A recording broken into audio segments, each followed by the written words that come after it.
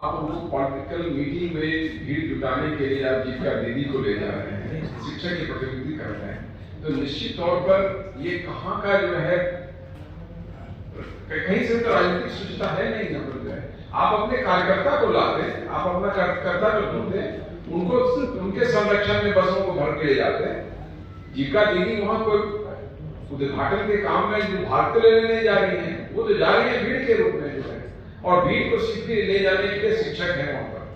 तो सरकारी कर्मचारियों का अपने पार्टी के कार्यक्रम में लगाना जो है ये तो सिंपल ढंग है कि ये गलत है। इसमें क्या कौन सी बड़ी बात? सर ये गलत है, आप समझ रहे हैं गलत है, और लोग भी समझ रहे होंगे। समझ ले रहे हैं, आप समझिए ना, सरकारी काम जो है सरकार का ही काम होता है, सरकार सबके लिए होता है। प्रधानमंत्री जो आए हैं वहां जो वो मीटिंग एड्रेस करेंगे, वहां भीड़ के लिए जीविका दीदी को ले जा रहे हैं। मान लीजिए कि अभी हमारे प्रशांत जी की यहाँ भीड़ आ रही है, कौन सी भीड़ आ रही है? आम जनता आ रही है ना, हम लोग कहीं से उठा के कोई कर्मचारी इसको तो नहीं डाल रहे हैं। तो भाई ये जीविका दीदी को ले जा रहे हैं भीड़ जुटाने के लिए। और शिक्षक स्पष्ट लिखा हुआ चिट्ठी में कि शिक्षक जो है सरकारी कर्मचारी के रूप में प्रतीत में होंगे और देखेंगे कि जीविका दीदी को वहां से जो है कार्यक्रम स्थल तक ले जाए। तो सरकारी काम के लिए यदि सरकार का कोई का यूज होता है और उसका शिक्षक का काम तो ये नहीं है कि भीड़ जुटाना और भीड़ को सेल्फी ले जाना। तो सर विपक्षी पार्टियां इस पे क्यों नहीं कुछ बोलती है? सिर्फ मुद्दा लेके मुद्दा पे बयानबाजी होती है, इस पे तो बोलना चाहिए ना विपक्षी पार्टी। हम लोग आज जो हम लोग बोल रहे हैं, मीडिया को जो हम लोग संबोधित कर रहे हैं, हम तो उसी बात को उजागर कर रहे हैं। विपक्षी पार्टी बिहार की, आप लोग तो जैसे कि अभी चुनाव लड़ेंगे सर, लेकिन ओरिजिनली क्या वो नहीं लड़ेंगे चुनाव? क्या मतलब वो पहले से स्टिलिश है सर, तो वो विपक्षी पार्टी जैसे आरजेडी जैसी बड़ी पार्टियां जो है इनको तो बोलना चाहिए, सड़क पे उतरना चाहिए भाई कि आप स्टैंडबाजी। देखिए जनता, हमारा जो जन स्वराज पार्टी है ये व्यवस्था परिवर्तन के लिए आई है, और व्यवस्था परिवर्तन में हम लोगों ने जनता को जागृत किया है। जो सरकार बनने वाली है जन स्वराज पार्टी की, वो जनता की सरकार होगी। मतलब जनता के जितना भी एस्पिरेशंस है, मेन एस्पिरेशंस है, उसको लेके सरकार बनेगी।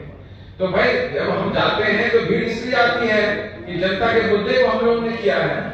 राजनीति में, इंडिया की राजनीति में एक नया आयाम है कि जब हम मुद्दे की राजनीति कर रहे हैं, हमारे प्रणेता जो मुद्दे की राजनीति कर रहे हैं और लोग इसको जो है मुद्दे की राजनीति के आधार पर जो है एजेंडा सेट करने के बाद उस पर आगे बढ़ रहे हैं। पहले तो मुद्दे क्या होते थे? जाति धर्म होते थे। आज हम लोगों ने एक मुद्दा उठाया है और हमारे प्रणेता ने सबसे बढ़िया ढंग से जो है पलायन का मुद्दा बिहार में पहली बार उठाया है, और उसके सॉल्यूशन के लिए जो है जनता के पास गए हैं कि जनता का सपोर्ट मिलेगा तो बिहार को इससे जो है दूर किया जा सकता है, पलायन से दूर किया जा सकता है। सर मांझी जी से एक सवाल रहेगा, आप अभी बोल रहे थे कि भाजपा के जितने नेता हैं वो तो जनसुराज में आ रहे हैं, तो भाजपा में बचा ही क्या? तो जनसुराज को दूसरे दलों को नेता को लेके चुनाव लड़ने की नौबत आ गई। भाजपा के कार्यकर्ताओं को मैंने कहा, नेताओं को नहीं, कार्यकर्ताओं के लिए कहा। भाजपा के बहुत सारे कार्यकर्ता, छोटे छोटे समर्थक फिरे जनसुराज में आ रहे हैं। भाजपा के पास कार्यकर्ता कहाँ बचा? उनके यहाँ तो देखिए कि अभी 3 बजे भी उसके कार्यालय को घेरे हुए थे संविदा करके। भाजपा को हर पर नहीं चल रही, आज रात कोई करा अभी तो भाजपा के पास कार्यकर्ता कहाँ बचे?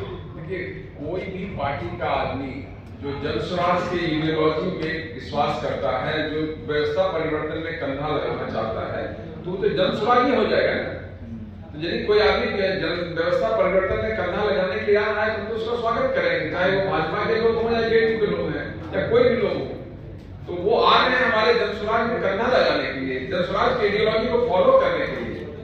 तो इसमें कोई बड़े मान लिया आ रहे हैं तो हम लोग स्वागत करते हैं। आप राजनीतिक कार्यक्रम कर रहे हैं, कहने के लिए राजनीतिक कार्यक्रम है नहीं, ये सरकारी कार्यक्रम है, लेकिन सरकारी खर्चा मतलब क्या? पैसा किसका है? बिहार की गरीब जनता का ही।